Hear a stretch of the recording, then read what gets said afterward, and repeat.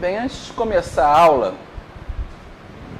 eu queria fazer um teste com vocês. Eu vou escolher aleatoriamente um voluntário para me ajudar aqui. Você, por favor. Mas ainda é voluntário. Escolhido. Coerção. Coerção estatal. Seu nome? André.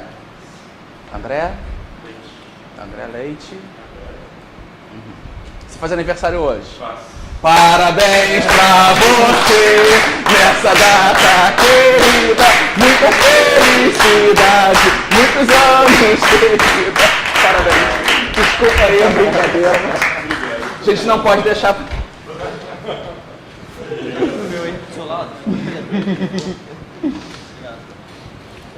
Bem, estamos aqui hoje no nosso último dia do terceiro módulo. Semana que vem já começamos com o professor André Azevedo Alves, tratando da epistemologia da escola austríaca, e na semana seguinte a filosofia política. Nós estivemos vendo, tanto anteontem quanto ontem, essa tríade básica da escola austríaca, formada por ação humana, concepção dinâmica de tempo e o limite do conhecimento, ou a incerteza. Ontem tratamos dos elementos de propagação do pensamento austríaco, que é a questão do valor e da utilidade marginal, o subjetivismo e a incerteza genuína, e, por fim, a questão do conflito entre as ordens espontâneas versus as ordens dirigidas. Hoje eu gostaria de tratar com vocês o âmbito da praxeologia, discutindo, mais uma vez, três aspectos. O primeiro, as relações da economia com outros campos do conhecimento. Segundo, a questão da sociedade humana. E, por fim, o papel do indivíduo na sociedade. Ao discutir a relação da escola austríaca, como ela enxerga a relação entre economia com outras formas de conhecimento, é importante voltarmos à própria concepção de conhecimento. E, mais uma vez, eu lembro aqui do meu poeta favorito, o T.S. Eliot, quando nos coros da Rocha lembra: aonde está a sabedoria que perdemos de conhecimento, aonde está o conhecimento que perdemos com a informação. O ponto central que Eliot pretende tratar com esse poema são as passagens da história da humanidade em relação à filosofia.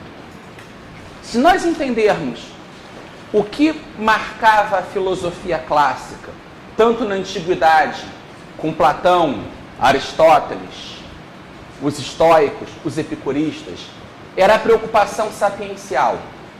Entender o que é verdadeiro, o que é bom, o que é belo.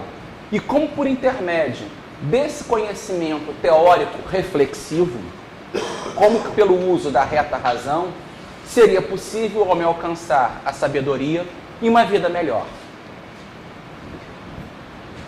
O grande projeto filosófico da modernidade, que começa tanto com o empirismo de Francis Bacon, quanto com o racionalismo de René Descartes, parte da crença de que o método determinará a verdade.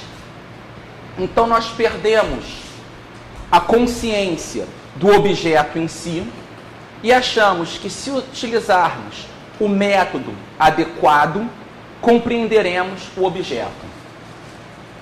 De certa forma, a maioria das escolas econômicas modernas, keynesianismo, monetarismo, eles acreditam que o método econômico determinará a realidade da economia.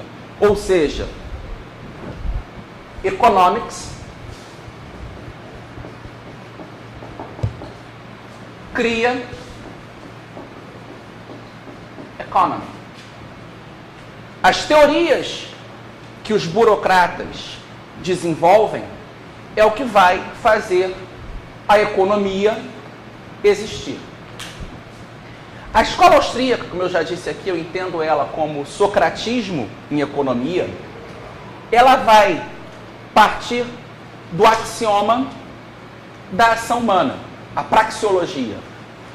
Então, o primeiro dado a ser tomado a priori, antes de qualquer método ou teoria, é a ideia de que o homem age para passar de um estado de menor conforto ou desconforto para maior conforto.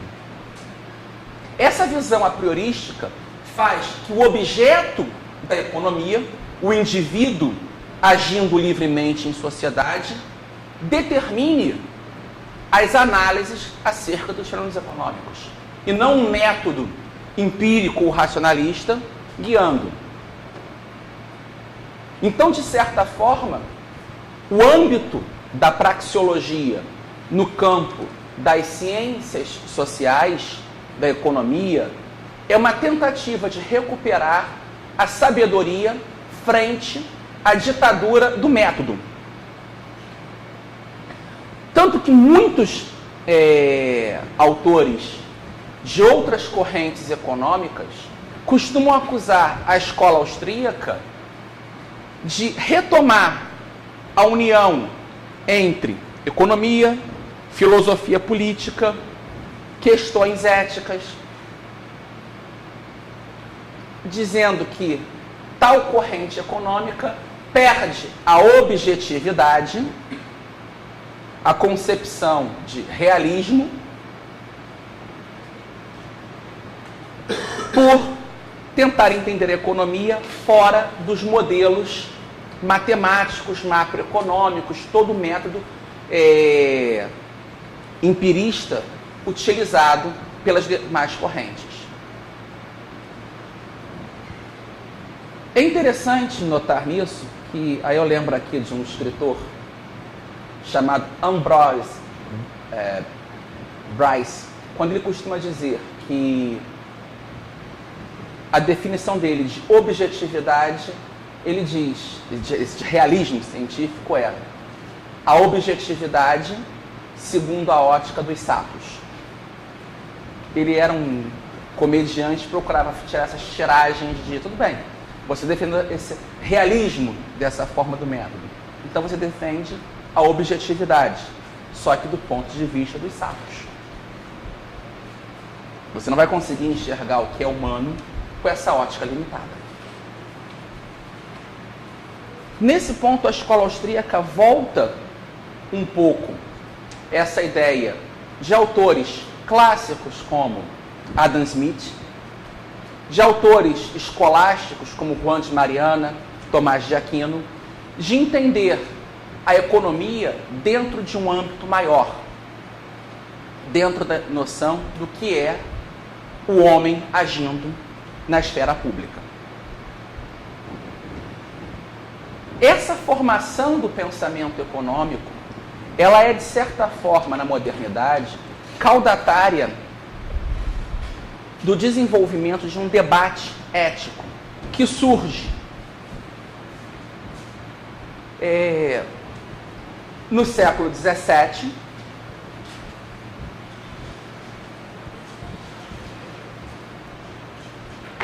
quando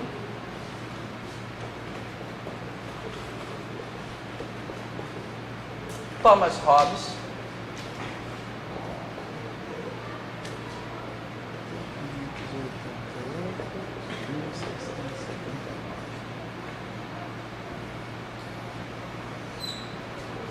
de certa forma funda o liberalismo moderno, dizendo que a finalidade da ética não é mais o bem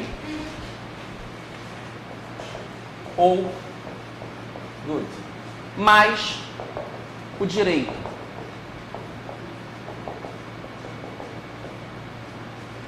Quando ele adota como metodologia de análise da realidade o individualismo, quando ele põe como verdadeiro agente social o indivíduo, e essa concepção dele vai influenciar duas visões de pensamento. Uma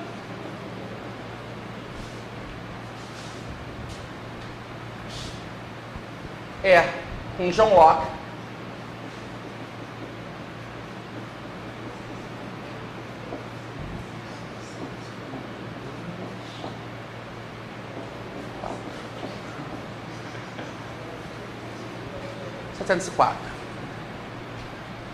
e seguindo um pouco mais adiante,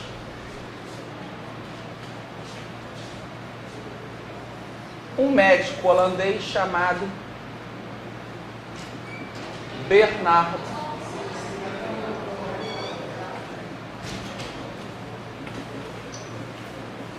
de Mandeville. 1700.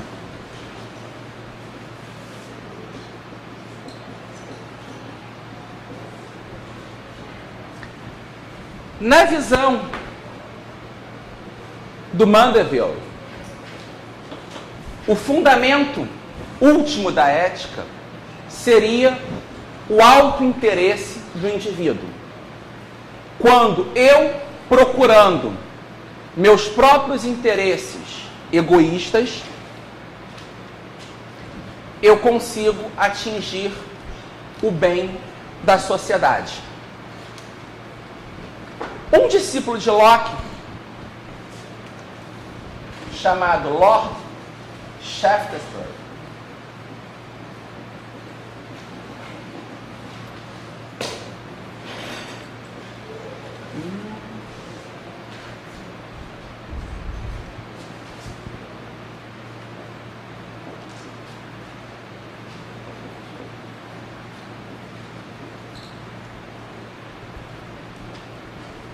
se opõe a Mandeville, dizendo que o fundamento da ética é o altruísmo.